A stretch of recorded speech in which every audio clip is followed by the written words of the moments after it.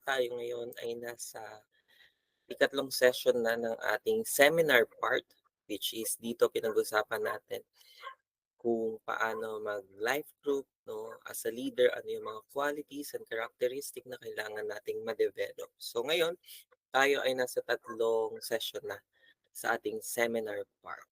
Okay, about vision. Okay, so ngayong araw na ito pag-uusapan natin is about a firm foundation. So ito yung ating session 3.2, a firm foundation. Tayo bilang mananampalataya ng Panginoon, dapat ang ating pagkakilala sa Panginoon at ang ating paglilingkod ay nakasalig sa isang pundasyon at walang iba kundi ang ating Panginoong Hesus. Okay? Sabi sa Matthew 16 verse 18, And I tell you that you are Peter, and on this rock I will build my church, and the gates of Hades will not overcome it. Pray tayo saglit. Dakilang Diyos, pinupuri ka namin at niwalhati. Pinapasalamatan ka namin, O Lord God. At ngayong oras na ito, O Diyos, patuloy namin inimbita ang iyong banal na presensya. Iyong banal na presensya, banal na espiritu, ikaw ang patuloy na mangusap, magturo sa amin ng iyong mga salita. Hayaan mo na ang iyong mga salita ay patuloy na tumanim sa aming puso, magbago ng aming isipan, magbago ng aming pananaw, magbago ng aming buhay, Panginoon. At totoo, Diyos, ay ang iyong mga salita ay patuloy na yumabong, Panginoon, magbunga sa aming buhay. Na tunay nga, O Diyos, makapagdala kami ng mga tao papalapit sa iyo, Panginoon Jesus. Salamat po. Ito po, Panginoon, na patuloy naming dalangin sa pangalan ng Panginoon Jesus. Amen and amen. Ayan. So, ang ating objectives po sa ating pag-uusapan ngayong araw na ito is to recognize Jesus as the Messiah and the only foundation upon which to build the church. To recognize some of the fundamentals characteristics of the Church of God. To receive the inspiration to be a witness to the message of the cross. And last, to understand the different ways you can demonstrate love for our sheep or what we call disciples. Okay? So, yun yung ating mga objectives na tatalakayin. Okay, so kanina binasa natin yung Matthew 16 verse 18, no? Kung saan kinausap ng Panginoong Hesus ang kanyang mga disipulo at tinanong niya ng kanilang mga opinyon kung ano ang pagkakilala sa kanya.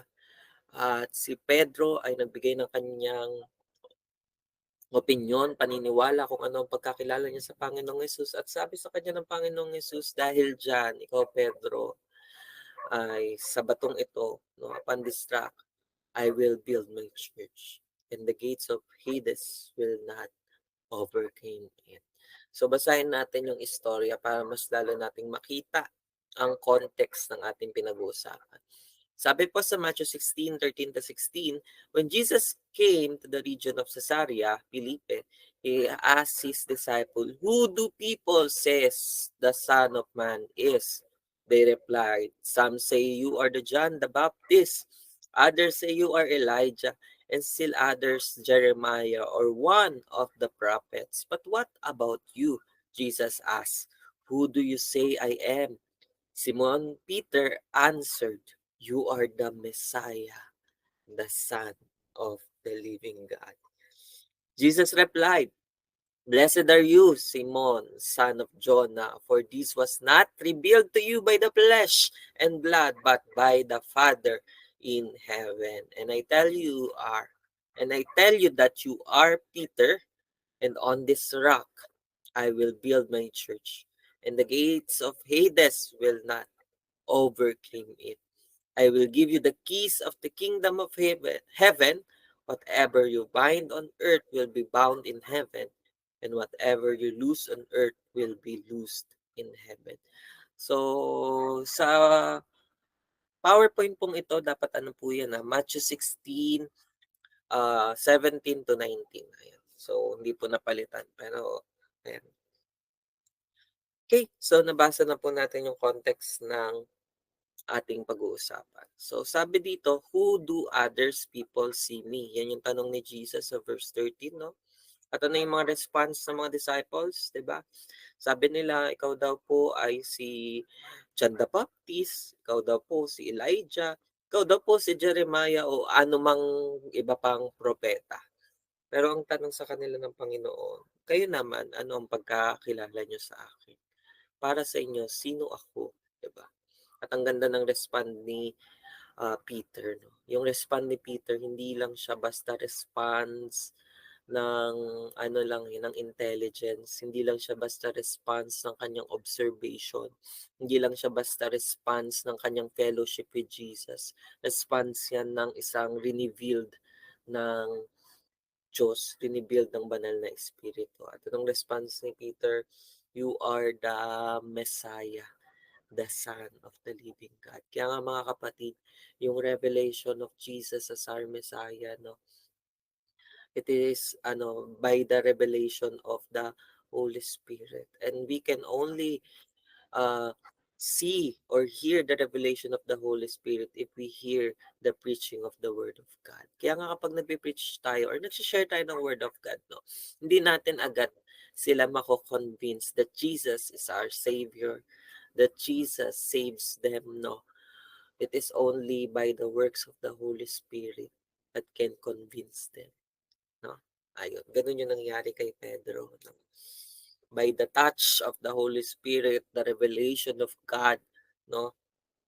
Doon nakilala niya na si Jesus sa kanilang kasama. Ito yung pangako na magbibigay ng kaligtasan sa kanila. Okay.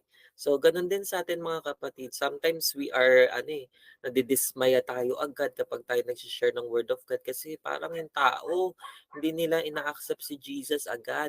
Hindi nila, hindi nila kinikilala agad si Jesus kasi tayo gusto natin kapag nag-share tayo, no, kinabukasan, change na agad, kinabukasan, ano na siya agad, no, believer na ni Lord, worshipper na, nagpe-praise na agad. Hindi. We need to pray for the Holy Spirit to reveal to them Jesus, no? Kaya nga mga kapatid, ang instruction lang sa atin ng Panginoon is to go and preach the word, no? It is the Holy Spirit works na yung mga tao ay ma-convert, makakilala sa Panginoon, ma-revealan, ma-illuminate ng salita ng Panginoon. Okay?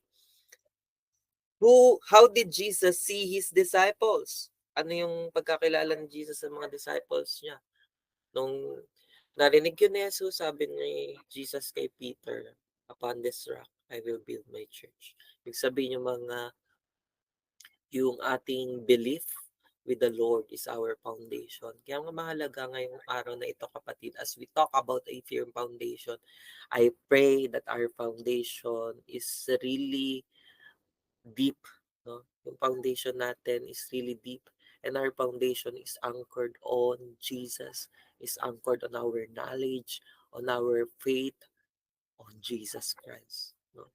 Hindi yung foundation natin naka-anchored sa pagkakilala at paniniwala natin dahil sa sinabi ng cell leader natin, sa sinabi ng pastor natin, sa sinabi ng mga tao sa paligid natin. Kundi, I pray that our knowledge, our faith on Jesus is anchored on the revelation, the illumination of the Holy Spirit.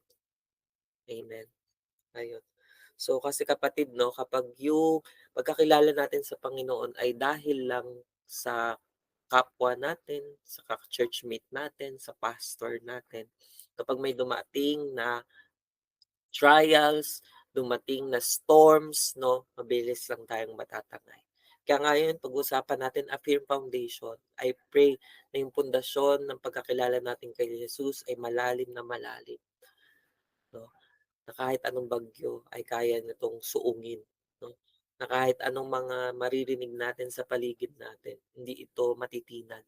Kasi yung iba, 'di ba, may pagkakilala nga sa Panginoon pero hindi kasi malalim kaya natatangay pa ng ibang mga katuruan. Pero sana tayo, no, I pray na maging rooted yung ating ah, knowledge kay Jesus sa pamamagitan ng ating relationship sa Kanya. Jesus includes them in the building of His church. Yung mga disciples ni Jesus, no, they are part of the building ni Jesus ng church. No? Kaya tayo mga nakakilala sa Panginoon, we are part of that church. We are part of that workers who will build the church for Jesus. No? Lahat tayo ay isang hollow blocks. No? Diba? Lahat tayo ay parte ng iglesia ng Panginoon at lahat tayo ay parte rin ng mga manggagawa ng Panginoon para yung iglesyang ito ay lalong tumibay, yung iglesyang ito lalong lumawak. Amen?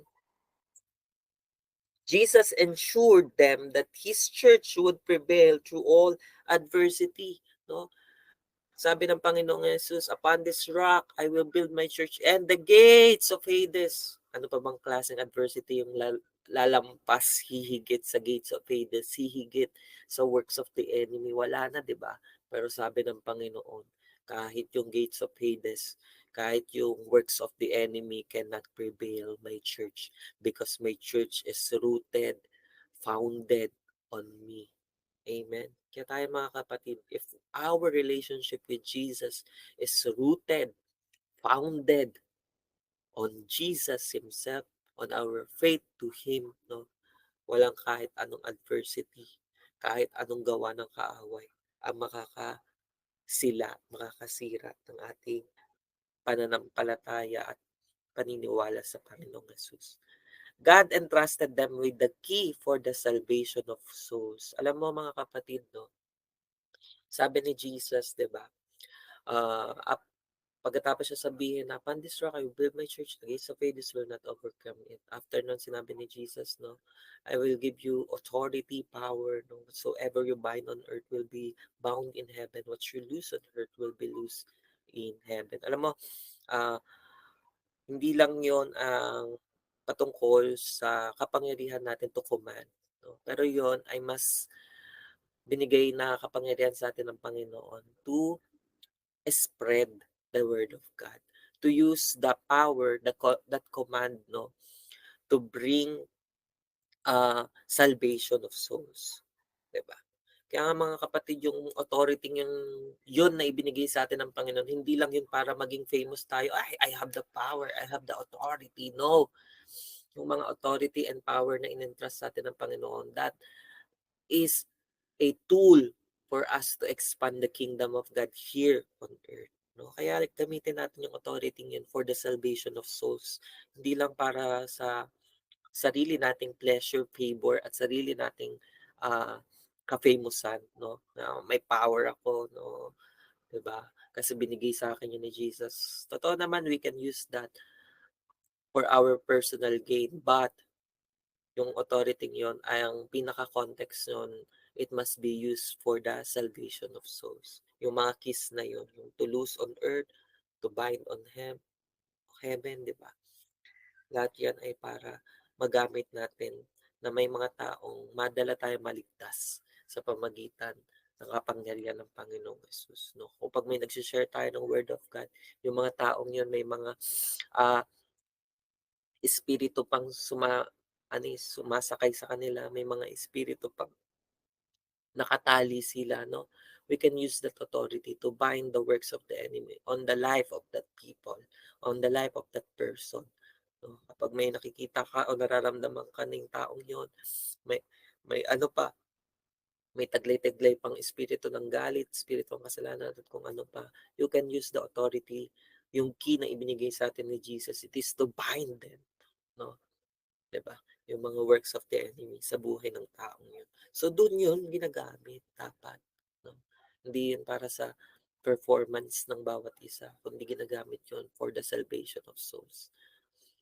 God gave them powerful spiritual authority, ito yung nabanggit ko kanina, so that whatever they did on earth would have an effect on heaven. Diba? Ganun ka powerful yung authority in-entrust sa atin ni Jesus, no? Na makakommand natin yung spiritual na dimension na anumang sabihin natin sa lupa, magkakaroon ng reality sa langit at anumang i-bind natin, di ba? Babain din sa langit. Grabe yung spiritual authority, spiritual power na binigay sa atin ni Jesus. Pero mga kapatid, gamitin natin yon saan? sa salvation of souls, no? Yung mga keys na yun. Okay? Okay, so ngayon pag-usapan natin, Jesus, the cornerstone of the church. Walang ibang pundasyon ng ating iglesia kundi ang Panginoong Hesus. Basahin po natin sabi sa Ephesians 2 verse 20. Ayan, wala pala dito. Sabi dito, Ephesians 2:20, built on the foundation of the apostles and prophet with Christ Jesus himself as the chief cornerstone, no? Walang ibang pundasyon ng ating pananampalataya kung hindi ang ating Panginoong Hesus. Diba? Basahin natin sa Tagalog. Okay. Ito po. Sabi sa Tagalog, tulad ng isang gusali, kayo'y itinayo sa pundasyong inilagay ng mga apostol at ng mga propeta. Ito yung mga nangaral na sa atin. Ito yung mga disciples na inatasan ni Jesus to go and make disciples, no? To go and preach the word. Ito yun, yung mga disciples na yun. Dahil sa kanila, no, nakilala at nalaman natin ang mga gawa ng Panginoong Yesus at nagkaroon tayo ng salvation. Pero sabi dito, tulad ng isang gusali kayo tinayo sa pundasyong nilagay ng mga apostol at mga propeta na ang batong panulukan ay si Kristo Jesus. So, yung mga prophets na yon, yung mga apostles na yon, yung mga pastors ngayon, yun yung mga pastors, 'di ba, sa kasalukuyan, 'di ba? So, yun yung mga nag-introduce, nagpakilala sa atin sa Panginoong Hesus. Pero, ang pinaka-foundation natin ay walang iba kung hindi ang Panginoong Hesus. Kasi kapag naka-pundasyon lang tayo sa, sa turo ng tao, wala talaga tayong malalim na relasyon sa Panginoong Hesus, mabilis lang tayo matatangay. Pero kapag ang ating pagkakilala, ang ating pananampalataya naka-anchored talaga kay Jesus, no? Mawala man yung apostles, mawala man yung pastors, mawala man yung mga prophets na yan, mawala man yung mga taong nagturo sa atin patungkol kay Jesus. Pero ang ating pananampalataya at paniniwala sa Panginoong Jesus ay hindi mawawala kasi rooted kay, founded kay. So Jesus, the cornerstone of the church, no? Ganun din sa ating iglesia. Dito sa Jesus Christ Hope of All Generations Ministries Incorporated, ang ating pundasyon, ang ating cornerstone, ang ating batong uh, pan panulukan ay walang iba kung hindi ang ating Panginoong Yesus. Okay? Next, kaya sa life groups natin, no, let us form them, let us teach them the right way, which is let them build their foundation in Christ, no? Kaya dapat yung mga teachings and preachings natin sa mga life groups natin, tinuturo talaga natin na kilalanin nila ng gusto ang Panginoon. Magkaroon sa personal na pananampalataya sa Panginoon. Ma-found talaga ang Panginoong Hesus sa kanilang mga puso, sa kanilang mga buhay. Maging pundasyon talaga si Jesus. No? Para kahit wala tayo or kahit pag nag-form na sila ng kanilang mga sariling life groups, no, hindi ka makakabahan kasi alam mo tama ang kanilang pundasyon at ang pundasyon nila ay si Jesus. Okay? Knowing that Jesus is the Christ, no? Okay? So knowing that Jesus is the Christ, no, we can as aspects relating to the Lord's Jesus ministries. So knowing Jesus as the Christ, no, so kung si Jesus ang Kristo sa buhay natin, we should follow him, no, our master, our Lord, no. At ano ba yung ginawa ng master and Lord natin? Makikita natin sa mundong ito nung si Jesus ay nandito sa lupa, 'di ba? Gumawa siya, nagministeryo siya sa mga tao. So yun yung mga dapat nating lakaran din as a follower of Jesus. Sabi nga, his ministry on earth was supernatural. So as we follow Jesus, we can make our ministry supernatural, 'di ba? So yun yung authority at power na binigay sa atin ni Jesus. God entrusted the disciples with the mission to be the witness of all that Jesus had done. So yun yung ministry natin mga kapatid. We are just a witness. We are not the savior, we are not the Messiah, we are not the Lord. We are just the witness of what Jesus had done for us, no? Kasi yung iba, delikado na yun kapatid kapag ikaw na yung nagiging Lord sa pag-share mo, no? Dapat si Jesus, no? Witness lang tayo. We are the witness of Jesus. No? Whatever we seen, whatever we heard, whatever we experience about Jesus, yan yung ating dadalhin sa mga tao. Okay? Sa mga life group natin. Okay? So, wag na tayong sosobra doon. Baka maging kulto na at kung ano pa yung life group na mabubuo natin. Okay? So, all about Jesus.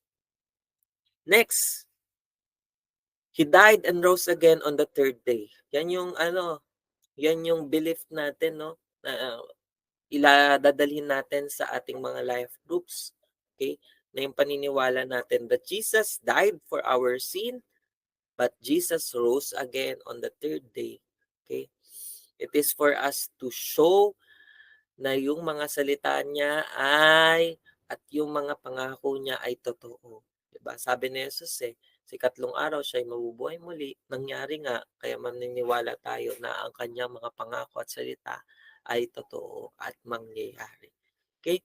He sent them to he sent, he sent them to the people that Jesus is the judge of the living and the dead. So dito pinapakita na tayo as a believer of Jesus, no? Naniniwala tayo on the last days, 'di ba? Jesus will be the one who will judge the living and the dead. No? So walang ibang mag-judge sa atin. Kaya nga dapat hindi tayo maging judger, 'di ba? Kasi it's only Jesus who will judge us on the last day. Okay? Everyone who believes in him will receive forgiveness of sin. Only on Jesus we can found forgiveness. Okay? Next. Okay. So, nakita na natin kung paano nag-minister si Jesus dito sa earth nung siya ay bumaba dito sa lupa. At yung mga bagay na ginawa ni Jesus, yan din yung mga bagay na lalakaran natin as His disciples. That we must act supernatural. No? Gumawa tayo mga supernatural na bagay sa tulong, biyaya ng Panginoon. No? Because we have that spiritual authority na ipinagkatiwala sa atin ng Panginoon, that whatsoever we bind on earth will be bound on heaven. Whatsoever we loose on earth shall be loosed in heaven, di ba? What powerful spiritual authority na ibinigay ng Panginoong Yesus sa atin. Ano pa? Na tayo as His disciples, no? We will always be the witness of Jesus. Hindi tayo yung magiging bida, kundi si Jesus yung magiging bida sa lahat ng ating sharing, sa lahat ng ating preaching, because He is our Messiah, He is our Savior, He is our Lord. Diba? At sa atin, no, ifa-found natin ang ating mga life groups sa truth. Ano yung truth na yun? That Jesus died for our sin, but Jesus rose again to fulfill His promise. No? Okay? Yun yung ating foundation. Yun yung ating ituturo sa kanila. Oo, namatay si Jesus dahil sa iyo, dahil sa akin, dahil sa ating mga kasalanan. Pero siya ay nabuhay muli bilang patotoo sa kanyang mga pangako. Di ba? Ano pa? That Jesus is the one who will judge us. There are no other people who will judge us, but only Jesus on the last days. No? Kaya ang tanong, are we living for Jesus? Are we living and shaping our life as His life? No? May Christ-likeness na ba? So, yun kasi mga bagay na titingnan ng Panginoong Yesus sa atin. Okay? And makikita natin, no, yung truth na ano pa, yung forgiveness of sin can only be found on Jesus. Diba? Kapatawaran sa ating mga kasalanan ay tanging kay Jesus natin matatagpuan. Bakit? Si Jesus kasi ang umako ng ating mga pagkakasala. Kaya siya rin ang makapagbigay ng kapatawaran, kalayaan mula sa ating mga kasalanan. Okay? Ngayon, pag-usapan naman natin the price for His disciples. Tayo bilang mga followers ni Jesus, we are called as His disciples. And bilang mga disciples ni Jesus, no, there is a price that we need to pay for us to be associated as His disciples. At ano yung mga price na yon? What was the price? Una, to love Him above all members of your family. So matatagpuan mo yan sa Luke 14:25-33. Yung tinanong si Jesus, no, ano ba yung ah, um, gagawin para sa pagsunod nila sa Kanya. So ito yung mga presyo na kailangan bayaran ng mga gustong sumunod kay Jesus. Una, loving Him above all our members, our family. Okay. So makikita natin dito mga kapatid, dapat pala, if you are a disciple of Jesus, you must love first Jesus. No, there are no other thing, no one na dapat mong mahalin above Him. Okay? Gaya nga sabi sa Ten Commandments, no? You must worship the Lord your God above everything. Ganun din kay Lord Jesus. No? If you want to be associated as His disciples, kailangan mahalin mo siya above everything, above your family members. Okay? Pero it doesn't mean nakakalimutan mo na yung family members mo. No? Sabi ni Jesus, si Jesus lang. Bahala na kayo dyan. No? Hindi. No? Kundi, pinapakita lang dito that you must love Jesus, you must love God above everyone. No? First priority mo si Jesus. Dapat ganun. Next, if you want to pay the price to be the disciples of Jesus, you must visualize yourself having the strength to reach the end of the race. Okay? Kailangan bilang kanyang mga disipulo, no, meron kang vision na yung takbuhing sinimulan sa'yo ng Panginoon ay matapos mo hanggang dulo. Remember mga kapatid, we are so much blessed. We are, uh, we are receiver of God's grace na hindi na natin kailangan maghirap. The race that we are running is already finished by the works of Jesus. Ang kailangan na lang natin gawin ay tumakbo, tapusin, be faithful, mga kapatid. No? We are already victorious in Christ Jesus. No? Matagumpay na tayong lahat sa pamagitan sa tulong, sa gawa ng Panginoong Hesus. Ang kailangan na lang natin gawin ay maging faithful. Maging faithful tayong tapusin yung sinimulan ni Jesus sa atin. I pray wala nang magbabackslide. I pray wala nang aalis sa presensya ng Panginoon. I pray magpapatuloy ang bawat isa because we are founded. Our relationship is anchored, is rooted on Jesus. Diba? So yun yung kailangan nating bayaran. Our faithfulness to Jesus. Next, to take up our cross and follow Him. No, there are a lot of sacrifices, a lot of difficulties that we will experience.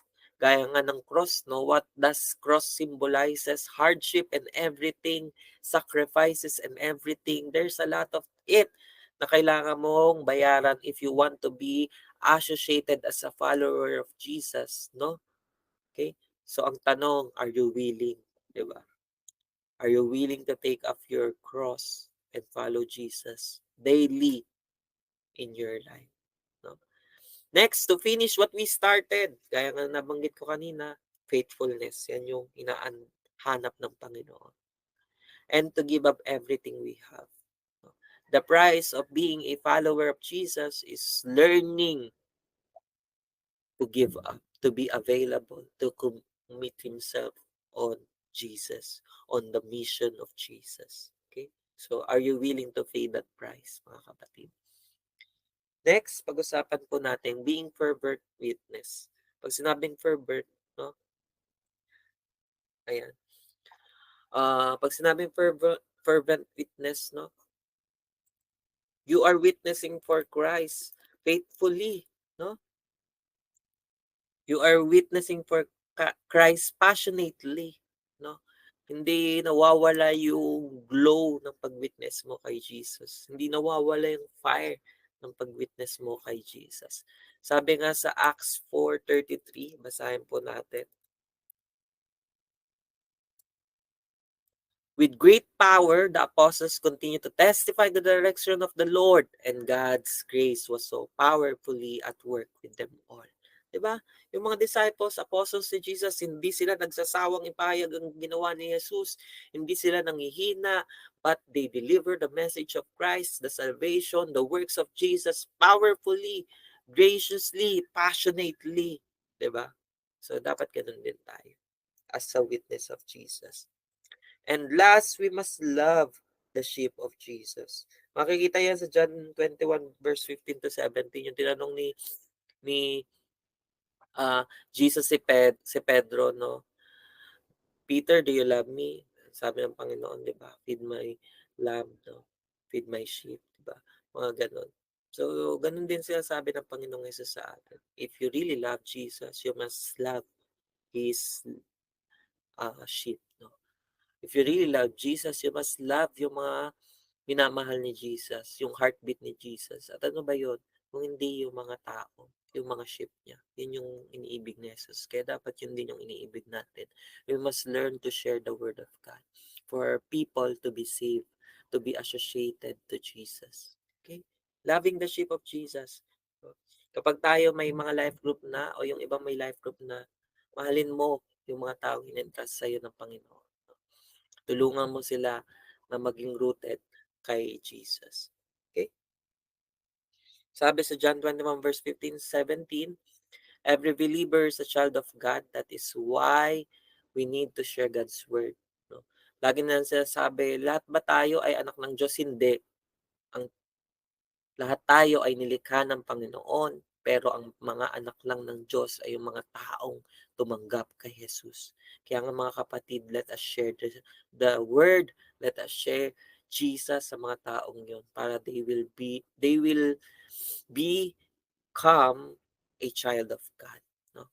Paul became a spiritual father even whilst in prison. So tayo rin mga kapatid, no, di naman natin naranasan yung naranasan ni Pablo, pero may mga sacrifices din tayong ma-associate doon. Let us continue on what Jesus started on us. Women can bear abundant fruit for God. No, lagi na lang sinasabi na ang pag-share daw ay para lamang sa mga lalaki. Hindi. Sharing Jesus is for all. Kaya nga nung si Jesus to nag-resurrect, di ba? Sino yung unang babaeng naka-witness noon at nagbahagi na si Jesus ay nabuhay? Wala sa kanyang wala sa kanyang tawag nito, yunib, ang tawag ba doon yung sa nilalagyan ng patay, di ba? Wala siya doon. Sino yung nag-share noon? Yung babae. No? Kaya everyone can be a witness of Jesus. Everyone could be a sharer of what Jesus did on us. No? And kahit ikaw, babae o lalaki, you can bear fruit for Jesus by winning soul. Our fruit is yung mga souls na nadadala natin, na babahagi natin ng grasya ng Panginoong Yesus. Paul fought for those who had left their faith.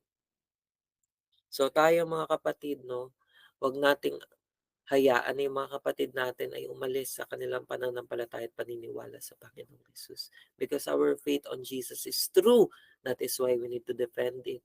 We need to share to them. We need to illuminate them so that they will keep their faith. No? Sabi natin kanina, ang price ng ating pagiging disciple is faithfulness. Let us pray that all those who hear the word of God, all those who hear the message of Jesus will be faithful until the end.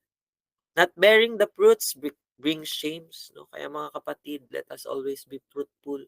Let us pray for God's abundance to be with us, not just in material way, but even in spiritual way. Let us pray that God's fruitfulness will abound in us. Na yung mga tao na nasa paligid natin, mga kaibigan natin, kakilala, kapamilya, mabahagi na natin ng salita ng Panginoon because that will make us fruitful. No? And the example of barren fig tree. Anong ginawa ng Panginoong Yesus doon sa fig tree na hindi namumunga? Kanyang tinapos, kanyang pinatay. Huwag nating hayaan na ganun ang mangyari sa atin, sa ating pananampalataya. No? Let us pray for the fruitfulness of Jesus na mag-abound sa atin, na mabahagi na natin. yung mga tao sa paligid natin, because that is the heartbeat of Jesus. Everyone will hear, everyone will be a believer, everyone will be saved. Okay? Our conclusion, just as in the ancient times, God gave Moses comprehensive design for the tabernacle in the Old Testament and then told him to do everything in accordance with the pattern. The Lord Jesus left us a model kung paano nagbigay ng design ang Lord kay Moses.